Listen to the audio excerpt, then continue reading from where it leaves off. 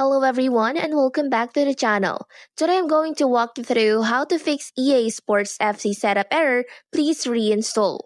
The first thing you can do is to go to your settings of your personal computer and look for your system specifications.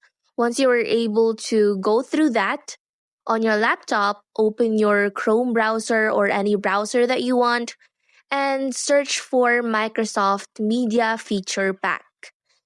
Once you see that option, tap on it. You can see here list of websites. You just have to tap on this one.